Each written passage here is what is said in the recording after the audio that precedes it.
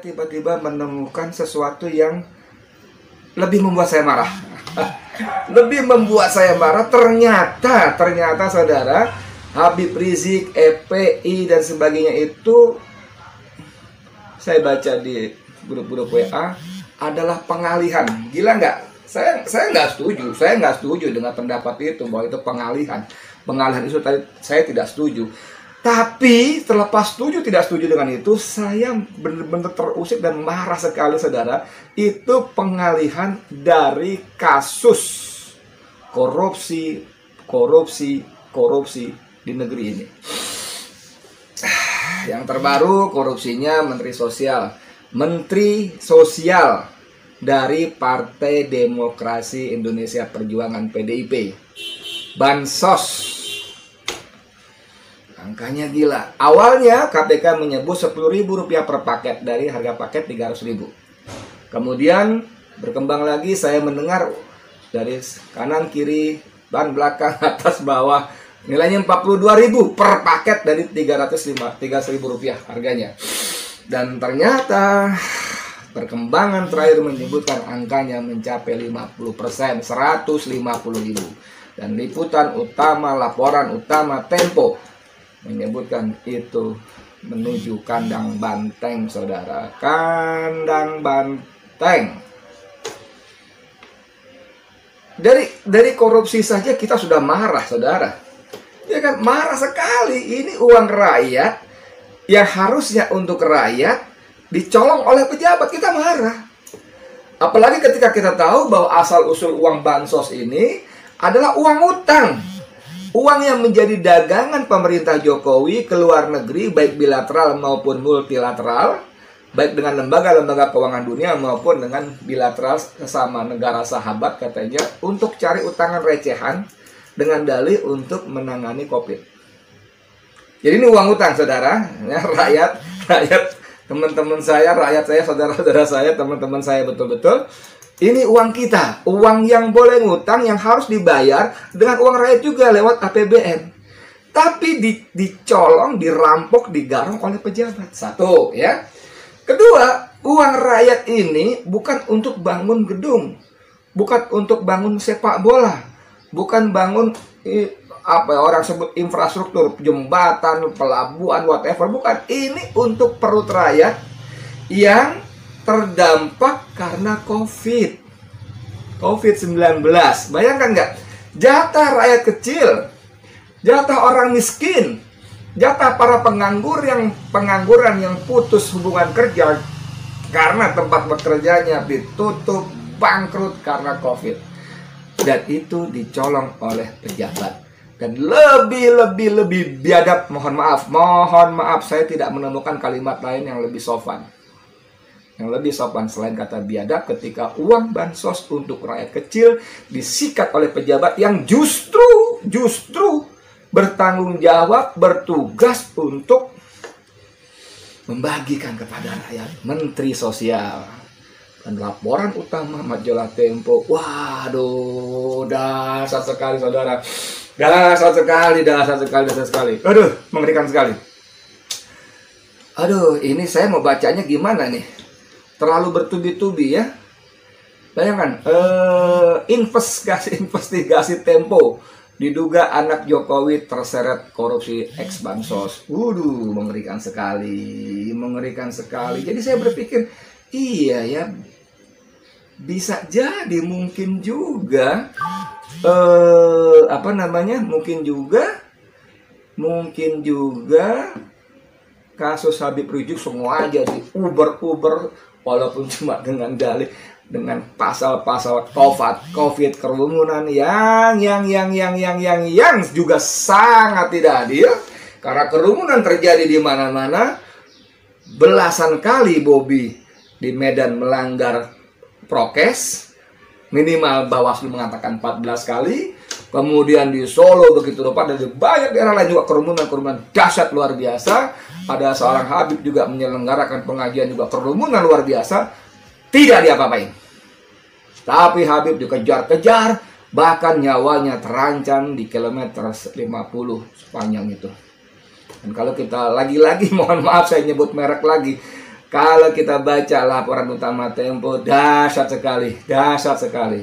Jadi ketika saya, sorry saya jadi nyampur aduk ya, ketika saya datang ke kilometer 50, itu saksi mengatakan, Pak, polisi dari sore sudah ada. Dan banyak, Pak. Jadi memang itu ladang pembantaian itu. Udah disiapkan, bahkan di laporan Tempo, ada seorang saksi, seorang warga di situ, maksud saya, yang mendekat, kemudian polisi berseragam mengatakan, tunggu, sebentar lagi ada yang seru. Gila nggak? Gila nggak?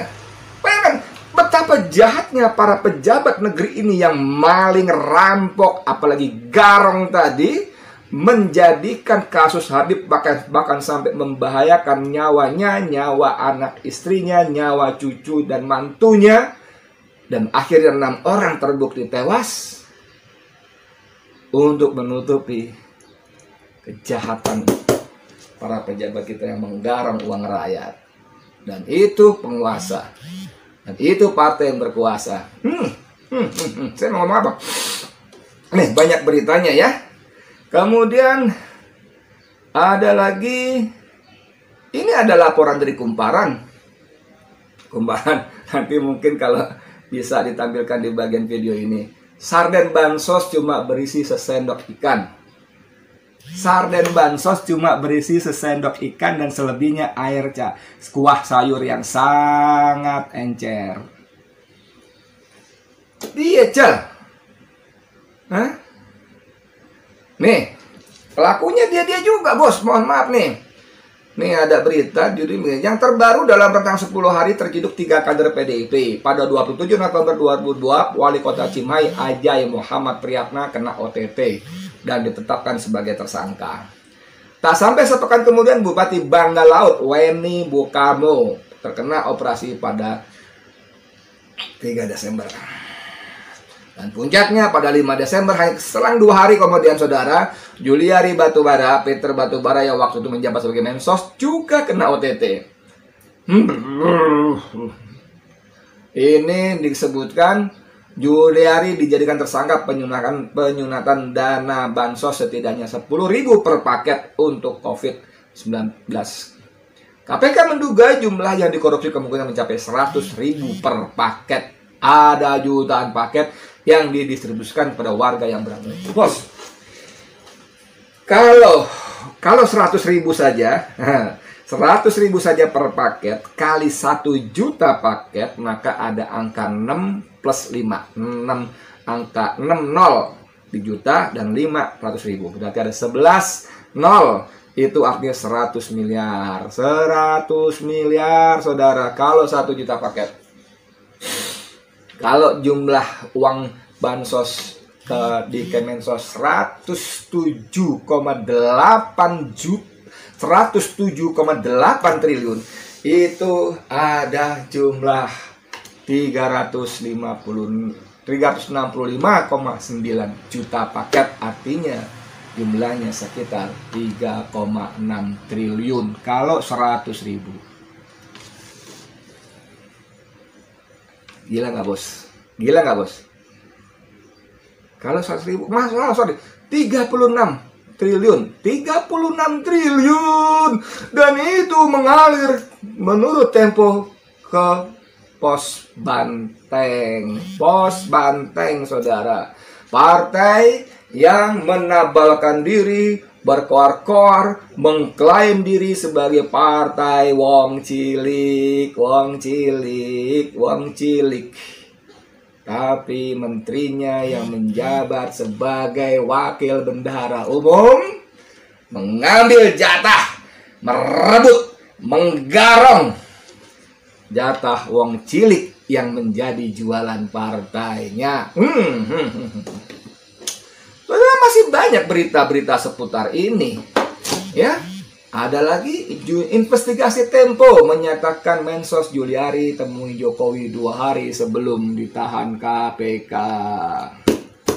Ngapain? Oh, menteri ketemu presiden biasa dong, benar biasa. Menteri dipanggil presiden biasa dong, benar biasa, nggak masalah. Nggak masalah. Tapi ini kan bisa dirangkai-rangkai, saudara. Ya Allah, astagfirullahaladzim, negeri ini kenapa seperti ini? Kenapa Indonesia diberi pemimpin-pemimpin jahat kepada rakyatnya. Ampun, ampun, ampun. Dan Presiden Jokowi, wah ada berita nih. Minggu 6 Desember 2020 jam 9.29, judulnya Jokowi akan gigit pelaku korupsi dana bantuan COVID-19. Akan gigit pelaku korupsi dana bantuan COVID-19. Jokowi akan gigit pelaku. Monggo Pak Jokowi, Mas Jokowi, Presiden NKRI, yes. Monggo sampean gigit itu Juliari, monggo. Dan sebagai komandan negara ini, nakoda NKRI yang sangat besar ini, kapal NKRI yang sangat besar ini, kami rakyat Indonesia mau melihat tindakan nyata sampean sebagai kepala negara. Tidak tebang pilih, akan tegas terhadap korupsi. Tempo menyebut anak sampean. Tempo lagi, mohon maaf. Udahlah, Tempo tuh kali ini kita bisa jadikan rujukan lah. Soal benar salahnya nanti kita uji. Tapi sebagai sama wartawan, saya yakin tidak sembrono menurunkan laporan sebelum kita yakin bahwa ini benar. Gitu kan? Itu harusnya. Saya yakin. Siapapun seharusnya, bukan cuma Tempo, siapapun seharusnya wartawan, jurnalis hanya akan menurunkan produk jurnalisnya, entah dalam cetak, video, apa segala macam, hanya akan turun kalau dia yakin bahwa yang disampaikan itu benar. Gibran Rakabuming terlibat dalam pusaran korupsi. Disebut-sebut anak Pak Lurah yang merekomendasikan agar goodie bag itu diproduksi oleh Sritex seharga Rp15.000 per kantong. Yang sebelumnya ada pengakuan di Tempo juga dua staff dari Mensos sudah mencari-cari karena ditujukan diutamakan untuk UMKM, usaha mikro, kecil dan menengah. Tapi atas rekomendasi dari anak Pak Lurah dialihkan ke Sritex, yang Sritex itu deh perusahaan raksasa TBK, saudara. Sritex tentu saja membantah. Manajer humasnya kalau nggak salah siapa perempuan itu sudah membantah bahwa perintah order goodie bag datang dari Kemensos. Kami tidak pernah berkomunikasi dengan Gibran. Ya iyalah. Ya iyalah. Om Tempo mengatakan bahwa Gibran merekomendasikan kepada menteri untuk mengambil Sritex. Ya udah, Gibran nggak usah ngomong sama Sritex lah. Gimana sih? Aduh. Tapi yang luar biasa, anak presiden tukang martabak ini, juragan martabak maksud saya, langsung mengatakan silakan dibuktikan, silakan tangkap saya kalau saya terbukti korupsi. Dasar bos. Ditambah lagi, kalau saya mau korupsi kenapa baru sekarang? Kalau saya mau korupsi kenapa receh-receh? Saya bisa korupsi di PLN, di Pertamina yang triliun-triliun. Wah. Om Firly Bahuri, Ketua KPK. Ayo saudara ditantang, silakan periksa. Ayo telusuri dengan jujur, profesional dan berani, independen, berintegritas.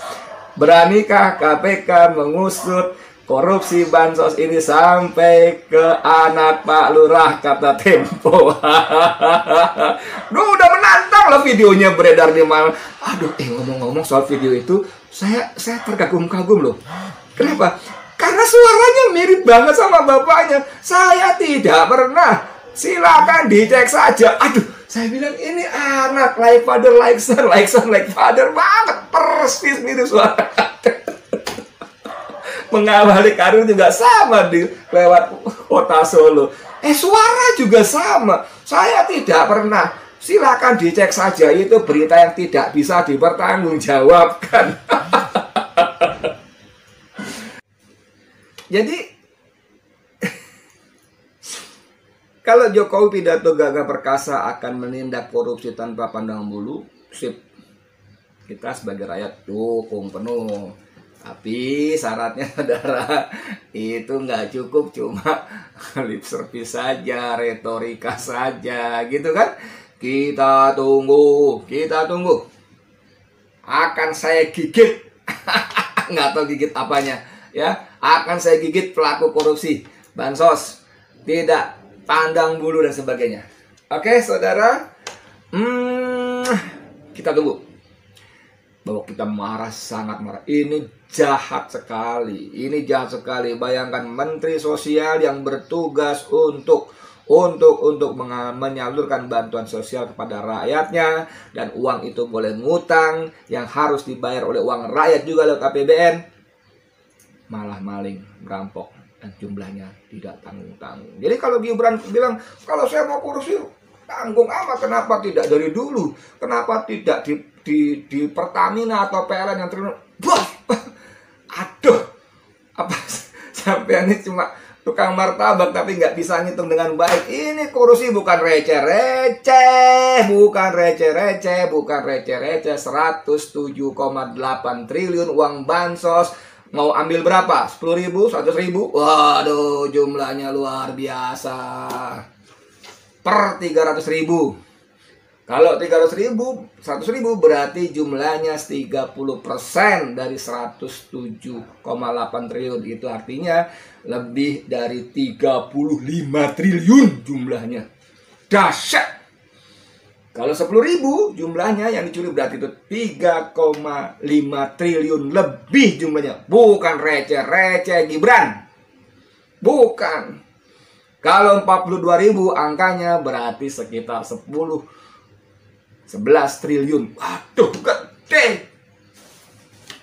Gede. Ya, oke gitu. KPK, Firly sudah mengatakan koruptor dana bansos akan dihukum mati. Jangan cari-cari pasal begini, begitu, begono, begini, sehingga tuntutan hukumannya jauh lebih rendah daripada yang Anda ucapkan sebelumnya dengan gagah berani di depan DPR ketika Anda rakar.